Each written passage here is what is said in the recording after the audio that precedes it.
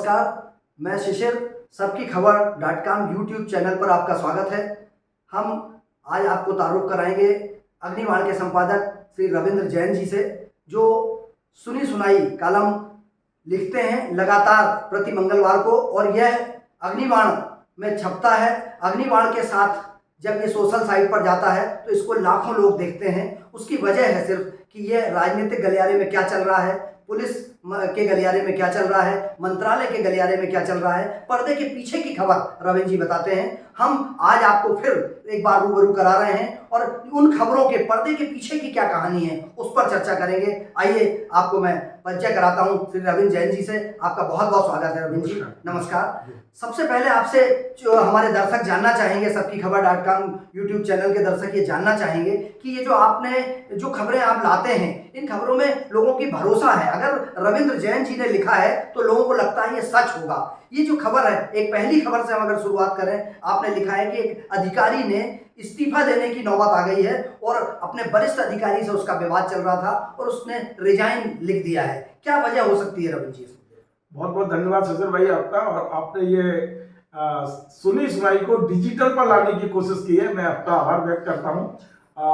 जो पहला आज मेरा पीस है, मैं सुनी सुनाई में 7 पीस लिखता हूँ और हर मंगलवार को ये छपता भी और पढ़ा भी जाता है और लोगों को बड़ी रुचि के साथ लोग पढ़ते हैं। तो मैं उन तमाम सारे अपने पाठकों का बहुत बहुत आभार भी व्यक्त करता हूँ। आपने जो पूछा है पहला सवाल कि आज 2 पुलिस अधिकारियों के विवाद के बारे में मैंने लिखा है, तो निश्चित तौर पे पुलिस मुख्यालय में एडिशनल डीजीपी स्तर के अधिकारी हैं जिनका अपनी शाखा के एक एआईजी से विवाद पिछले 3-4 महीने से चल रहा था। एआईजी हैं अमित कुमार सिंह जी, बहुत अच्छे अधिकारी रहे हैं, चर्चित अधिकारी रहे हैं, मध्य प्रदेश के दबंग अधिकारी रहे हैं। मेरी जानकारी यह है कि पिछले 3 महीने से एडीजी और एआईजी के बीच में इतना विवाद था कि 3 महीने से अमित कुमार जी घर पर छुट्टी पर बैठे हुए थे और एडिशनल डीजी चाहते थे कि वो वापस आए, लेकिन उन दोनों के बीच में कुछ इस तरह का तनाव था कि वो वापस आने को तैयार नहीं थे। इसी बीच में उन्होंने मुझे एक मैसेज भी किया है अमित कुमार सिंह जी ने कि मेरे इस्तीफे का एक बड़ा कारण यह है कि मैं माइग्रेन से, यानी मस्तिष्क की जो दर्द होता है उससे बहुत ज्यादा परेशान हूं। लेकिन हमारे सूत्र ये बता रहे हैं कि एडिशनल डीजी और इनके बीच में विवाद इतना ज्यादा बढ़ गया था कि अमित कुमार जी चाहते थे कि मेरा कहीं और तबादला हो जाए, लेकिन 3 महीने में जब उनका तबादला नहीं हुआ तो उन्होंने अंततः दुखी होकर, क्योंकि कोई भी व्यक्ति जिसकी नौकरी 10 साल बची हो वो कोई खुशी से तो इस्तीफा नहीं देगा, दुखी होकर उन्होंने इस्तीफा दिया है। और सबसे बड़ी बात यह है कि वे अपना इस्तीफा वापस लेने के मूड में नहीं है। उन्होंने इस्तीफे के साथ 3 महीने का चेक साथ लगाया है।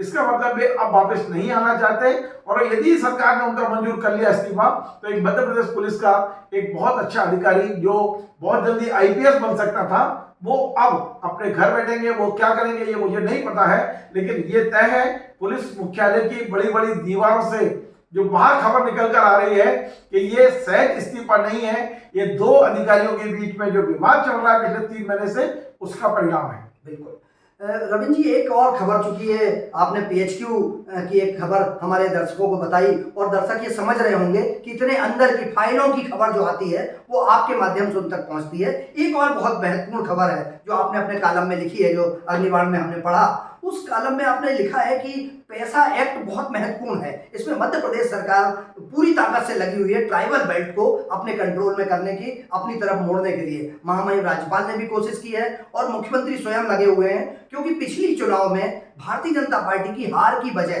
ट्राइबल सेक्टर ही बना था। ये जो आपने लिखा है इसमें 89 ब्लॉक्स में जो योजनाएं चल रही थी और उस पर आपने लिखा है। हमारे दर्शक जानना चाहेंगे कि पर्दे के पीछे क्या अंदर है चल रहा है। देखिए सुशील जी, पत्रकार का काम जो कुछ घटित हो रहा है समाज में उसे उद्घाटित करना है और मैंने भी इस पीस को लिखकर इस खबर के जरिए मध्य प्रदेश की शिवराज सरकार को बताने और जगाने का काम किया है। अब ये किस स्तर पर गलती हुई है, ये घपला है, घोटाला है, ये मैं नहीं कह रहा हूं, लेकिन आदिवासी क्षेत्रों में जो संदेश जा रहा है वो सरकार के लिए अच्छा नहीं है। मामला यह है कि मध्य प्रदेश के जो 89 आदिवासी विकास खंड हैं वहां पर पेशा कानून को लागू करने के लिए, जागृति के लिए जिला समन्वयक और विकास खंड समन्वयकों की नियुक्ति होनी थी। यह काम सैडमैप को दिया गया। सैडमैप ने विज्ञापन निकाला, लाखों लोगों ने आवेदन किए और उस आवेदन में से भी 89 ब्लॉक के लिए 890 लोगों का चयन भी हुआ। चयन मतलब प्रारंभिक चयन, 890 लोगों को, यानी एक ब्लॉक में 10-10 लोगों का प्रारंभिक चयन किया गया और यह तय हुआ कि इन 890 लोगों का इंटरव्यू करके 89 लोगों का चयन किया जाएगा। इंटरव्यू के लिए इंटरव्यू लेटर भी जारी हो गए, कई लोग भोपाल भी आ गए, लेकिन अचानक सेट में अपने एक चिट्ठी चिपका दी कि इंटरव्यू किसी कारण से इसको निरस्त किया जाता है। चलिए, निरस्त करने के बाद अगली तारीख आएगी, लेकिन अगली तारीख नहीं आई और हुआ ये कि पीछे के दरवाजे से सेट में ने 89 लोगों की भर्ती कर ली और भर्ती करने के बाद में उन्हें काम भी सौंप दिया गया, उनका प्रशिक्षण भी हो गया। अभी पिछले दिनों शिवराज जी जब मनावर गए थे तो उन्होंने उनके साथ बैठक भी कर ली। अब वहां का जो आदिवासी है, वहां जिन्होंने आवेदन किया है, वो अपने आप को ठगासा महसूस कर रहे हैं। वो ये कह रहे हैं कि आखिर हमने तो आवेदन किया था, हमें कुछ बताया नहीं, कोई ट्रांसपेरेंसी नहीं रही, आखिर किस तरह से ये भर्तियां हो गई हैं। और ये सच है या झूठ है मुझे नहीं पता है, लेकिन सोशल मीडिया पे यदि आप जाएंगे, यदि आप आदिवासी बेल्ट के जो नए युवा आदिवासी हैं उनके यदि आप फेसबुक पे, ट्विटर पे जाएंगे तो वो लोग साफ साफ लिख रहे हैं कि जो भर्ती हुई है वो राष्ट्रीय स्वयंसेवक संघ और भारतीय जनता पार्टी के लोगों की भर्ती हुई है। और ये लोग आदिवासियों को नियम की जानकारी नहीं देंगे, बल्कि ये लोग कहीं ना कहीं भारतीय जनता पार्टी के जो अभी जो चुनाव होने वाले हैं उस चुनाव में भारतीय जनता पार्टी का बूथ मैनेजमेंट करेंगे। तो मेरा इस खबर के माध्यम से सरकार को जगाना है और सरकार इन तथ्यों को समझे, गलती हुई है, नियुक्तियों को रद्द करे और इसमें पारदर्शिता लेकर आए। बिल्कुल, ये सरकार की जिम्मेदारी है, क्योंकि जिस तरीके से वो काम करने की बात करते हैं, लेकिन जस्ट अपोजिट नजर आ रहा है, कहीं ना कहीं कथनी और करनी में अंतर आ रहा है। रविंद्र जी, हम अगली खबर की तरफ अपने दर्शकों को ले जाना चाहते हैं। एक बहुत महत्वपूर्ण खबर है जिसको सबसे पहले मध्य प्रदेश के इतिहास में किसी जल संसाधन विभाग के सबसे बड़े घोटाले को उजागर करने में अगर महत्वपूर्ण भूमिका थी तो वो रविंद्र जी आपकी थी। अभी ईडी का ऐसा चर्चा है, आपके कॉलम में भी ये बात आई है कि ईडी का दबाव के कारण हड़कंप मचा हुआ है जल संसाधन विभाग में, और ईडी की जो कार्रवाई है उसमें शीर्ष स्तर से लेके और नीचे स्तर तक के अधिकारी छुपते घूम रहे हैं, इंतजार कर रहे हैं, उन्हें लग रहा है उनका नंबर आने वाला है, उनका नंबर आने वाला है, क्योंकि एक बहुत सीनियर आईएएस अधिकारी का गिरफ्तारी की बात चल रही है। तो क्या लगता है आपको, हमारे दर्शकों को, आप सबकी खबर.com के दर्शकों को ये बताएं कि इस मुद्दे पर क्या वास्तविकता है? देखिए शिशिर जी, ये जो विषय है, इस विषय में मेरे पास इतने दस्तावेज हैं कि हम अलग से आधा पौन घंटे का कार्यक्रम कर सकते हैं। आज मैं संक्षिप्त में सिर्फ इतना बताना चाहता हूं कि सुप्रीम कोर्ट ने जल संसाधन विभाग के तत्कालीन एडिशनल चीफ सेक्रेटरी, जो बाद में चीफ सेक्रेटरी भी बने, गोपाल रेड्डी को गिरफ्तार करने का अब आदेश दे दिया है। आदेश यानी कि सहमति दे दी है, ईडी के आवेदन पर सहमति दे दी है और ईडी किसी भी समय गोपाल रेड्डी को उठा सकती है। लेकिन मेरे आज खबर छापने का तात्पर्य यह है कि मध्य प्रदेश में जल संसाधन विभाग को जिन अधिकारियों ने धन संसाधन विभाग बना दिया था, करोड़ों रुपए के जो घपले किए हैं, उनकी तमाम सारी पोल अब ईडी के पास पहुंच चुकी है। और मध्य प्रदेश के वो अधिकारी, चाहे वो रिटायर हो गए हो या इस समय पद पर हैं, उनकी सांसें फूली हुई हैं कि कब ईडी हथकड़ी लेकर उनके दरवाजे पर आ जाएगा। मैंने देखा कि एक अधिकारी जो लंबे समय तक इस विभाग में रहे हैं, जिन्होंने जम के माल कमाया है, हमारे पास दस्तावेज भी हैं, उन्होंने अपनी बीमारी का प्रमाण पत्र बनवा लिया है। तो मुझे लगता है कि केवल इसलिए नहीं बनवाया कि वो बीमार हैं, इसलिए बनवाया कि वो ईडी को बता सके कि भाई हम बीमार हैं। तो मध्य प्रदेश के जल संसाधन विभाग में बहुत बड़ा हड़कंप है इस समय, सांसें फूली हुई है इस समय। हमें देखना होगा कि गोपाल रेड्डी की गिरफ्तारी के बाद मध्य प्रदेश में अगला नंबर किसका आता है। बिल्कुल, ये बहुत बड़ा संकेत है और मुझे लगता है कि पर्दे के पीछे जो सियासत चल रही है, ईडी की जो कार्रवाई चल रही है, उससे हमारे दर्शक रूबरू हुए होंगे कि सच्चाई क्या है। हम अगली खबर की तरफ चलते हैं। रविंद्र जी, आपने एक खबर बहुत महत्वपूर्ण, ये चूंकि दर्शक समझते हैं और मध्य प्रदेश में आने वाले समय में चुनाव है और मुख्यमंत्री शिवराज सिंह चौहान का हर स्टेप ऐसा लगता है कि चुनावी मोड पे जा रहा है। अब उन्होंने अपना टर्न लिया है और इस समय जैसा आपने लिखा है कि शिवराज सिंह चौहान चुनावी मोड में आ गए हैं और जिस तरीके से वो दार्शनिक अंदाज में घुटने के बल बैठ के बच्चियों के साथ बात कर रहे हैं, जिस तरीके से कह रहे हैं कि बहना ये हम आपको दे रहे हैं, तो क्या लगता है आपको, हमारे दर्शकों को, ये आपकी तरफ से कि इसके पीछे की क्या कहानी हो सकती है? क्योंकि दर्शकों का इंटरेस्ट खबर अखबार में जो आता है उससे इतर पर्दे के पीछे क्या चल रहा है उसमें ज्यादा होता है। चलिए, इस मुद्दे में मैं पर्दे के पीछे की बात करता हूं। वैसे तो भारतीय जनता पार्टी हमेशा ही चुनाव के मोड़ पर रहती है, पर मुझे ऐसा लगता है कि शिवराज सिंह चौहान ने अपने आप को इस समय टोटल चुनावी मोड पर लेकर आ गए हैं। आप देखेंगे कि वो जब अलीराजपुर जाते हैं, हालांकि जो इनके आदिवासियों की एक परंपरा है, तो एक गेंदी को अपने हाथ में लेके जाते हैं, या महिलाओं के लिए वो घुट्टे टेक देते हैं। लेकिन इन तमाम सारी चीजों के बीच में अभी भगौरिया मेले में गए तो उन्होंने वो आदिवासियों की ड्रेस पहनी, काला चश्मा लगाया। तो ये तमाम चारों के पीछे एक खबर और है जिस पर बहुत कम लोगों की नजर है, और वो खबर ये है कि मुख्यमंत्री निवास में जो कोर कमेटी की बैठक हुई है उसमें क्या घटित हुआ है। आखिर सिंधिया जी को क्या कहा गया कि सिंधिया जी उस कोर कमेटी की बैठक में जाने से पहले संघ कार्यालय गए। तो शिशिर जी, हमारे पास खबर यह है कि एक बहुत बड़ा परिवर्तन मध्य प्रदेश में होने की संभावना है। सिंधिया जी के कुछ मंत्रियों को ड्रॉप करने की उम्मीद है, इसलिए सिंधिया जी को बुलाकर समझाया गया है कि कौन कौन मंत्री जा सकते हैं, उसकी क्षतिपूर्ति कैसे हो सकती है, कौन नए मंत्री बनेंगे, इन तमाम चीजों पर चर्चा चल रही है। पर कोर कमेटी में तमाम सारे केंद्रीय नेताओं को और स्थानीय नेताओं को बिठाकर संगठन ने इस बात के संकेत दे दिए हैं कि हमें किसी भी कीमत पर 5वीं बार मध्य प्रदेश में सरकार बनानी है। उसके लिए किसी को हटाना पड़े, किसी को जोड़ना पड़े, इनसे भी अब भारतीय जनता पार्टी पीछे नहीं रहेगी। और हमारे मुख्यमंत्री जी तो पूरी तरह चुनावी मूड में आ चुके हैं।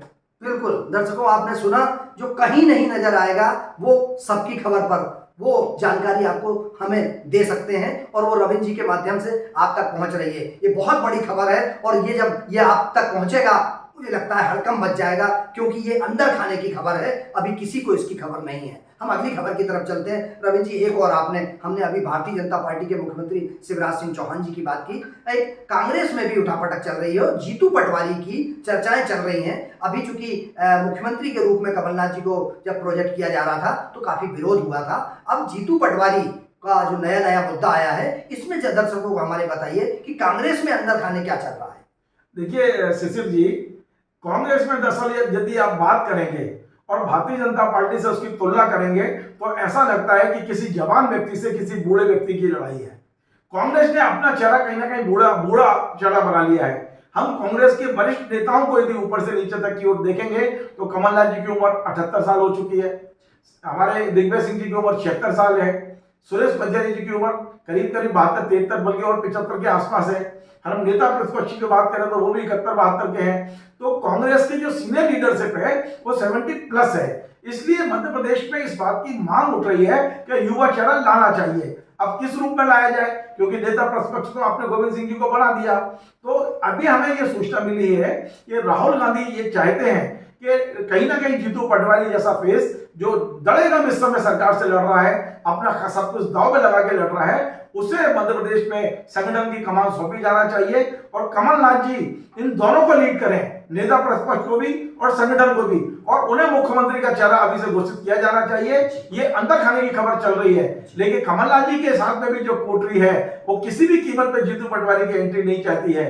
लेकिन मध्य प्रदेश की युवा पीढ़ी चाहती है कि यदि कांग्रेस को सत्ता में आना है तो युवा चेहरों को आगे लाना पड़ेगा। बिल्कुल, युवा चेहरा आएगा तभी हो सकता है कि कांग्रेस में फिर से एक नई ऊर्जा का संचार हो। हालांकि जब कमलनाथ जी ने मंत्रिमंडल बनाया था तो नेतृत्व रविंद्र जी बुजुर्ग था, बहुत सारे युवाओं को बनाया था, लेकिन संचालित नहीं हो पाए, चला नहीं पाए सरकार। अगली खबर की तरफ हम अपने दर्शकों को ले चलेंगे, जिसमें रविंद्र जी ने ये लिखा है अपने कॉलम में कि एक सरकार के एक बहुत सीनियर मिनिस्टर बहुत परेशान है, जिनके पास बहुत महत्वपूर्ण विभाग रहता है, लेकिन उनके विभाग में उनका पीएस ही नहीं सुनता है। उनका पीएस जो कार्रवाई कर रहा है, ये हालांकि मुख्यमंत्री जी की शुरू से रही है कि मंत्री उसको अच्छा विभाग दे दें, लेकिन पीएस ऐसा रख देते हैं कि वो काम नहीं करने देता। क्या लगता है आपको रविंद्र जी की जो गोपाल भार्गव जी की जो स्थिति है उस पर क्या कहना चाहिए? देखिए, गोपाल भार्गव जी के बारे में मुझे जो सूचना है कि वो पहली बार और लंबे समय बाद इतने परेशान है जितने अभी हैं। इतने परेशान पहले कभी नहीं रहे। दरअसल यदि आप देखेंगे कि उनके जो सुखबीर सिंह जी प्रमुख सचिव बने हैं, बहुत ही ईमानदार अधिकारी हैं जो लोक निर्माण विभाग में है, और पहला प्रमुख सचिव मैं देख रहा हूं लंबे समय बाद जो पूरे मध्य प्रदेश में न केवल दौरे कर रहे हैं बल्कि जो निर्माण कार्य चल रहे हैं उसका मौके पर मुआयना भी कर रहे हैं, भ्रष्ट अधिकारियों को दंडित करने का काम कर रहे हैं, जो अभी लंबे समय तक पीडब्ल्यूडी में नहीं हो रहा था। तो इस बात से कहीं ना कहीं मंत्री असुविधा इसलिए महसूस कर रहे हैं कि जब सुखबीर सिंह जी सागर में गए तो उन्होंने उन 5 लोगों को सस्पेंड किया जो कहीं ना कहीं मंत्री जी से जुड़े हुए थे। एक व्यक्ति तो ऐसा बताया जा रहा है जो 20 साल से मंत्री जी की सेवा कर रहा है, सब इंजीनियर स्तर का अधिकारी है, उसे भी इन्होंने सस्पेंड कर दिया है। तो कहीं ना कहीं एक और तो अपने विभाग से वो परेशान है। मैं ये बिल्कुल नहीं कहूंगा कि न दोनों की नहीं पड़ रही है, लेकिन ये भी नहीं कहूंगा कि सुन नहीं रहे। सुखबीर सिंह जी वही कर रहे हैं जो करना चाहिए एक आईएएस अधिकारी को। मैं उनकी प्रशंसा करूंगा, बहुत ईमानदार अधिकारी हैं, लेकिन मंत्री को हमेशा असुविधा होती है ईमानदार अधिकारी से, ये हम सब लोग जानते हैं। लेकिन इसके साथ साथ हम ये भी देख रहे हैं कि अजय जामपाल जी जो है सह संगठन महामंत्री, वो अचानक गोपाल भार्गव जी के घर गए और उनसे बंद कमरे में चर्चा की है। तो हमें इस बात के संकेत मिले हैं कि कहीं ना कहीं संगठन चाहता है कि अब रैली जैसी जो भारतीय जनता पार्टी की ऐसी सीट है जहां जिसको खड़ा करो वो जीत सकता है, तो वो सीट को बनाने वाले गोपाल भार्गव जी हैं। बहुत मेहनत उन्होंने की है, लगातार 8वीं बार शायद वहां से विधायक है वो, और गोपाल भार्गव जी को अगली बार शायद पार्टी टिकट नहीं देना चाहती है। गोपाल भार्गव इसी शर्त पर रिटायर होंगे कि उनके बेटे को टिकट दी जाए, लेकिन फिर भारतीय जनता पार्टी में परिवारवाद का आरोप लगेगा। तो रैली को लेकर कहीं ना कहीं ऐसी चीज चल रही है संगठन में कि गोपाल भार्गव नहीं तो कौन। तो इन तमाम सारी चीजों से कहीं ना कहीं गोपाल भार्गव इस समय असहज महसूस कर रहे हैं, और यही मैंने खबर देने की कोशिश की है।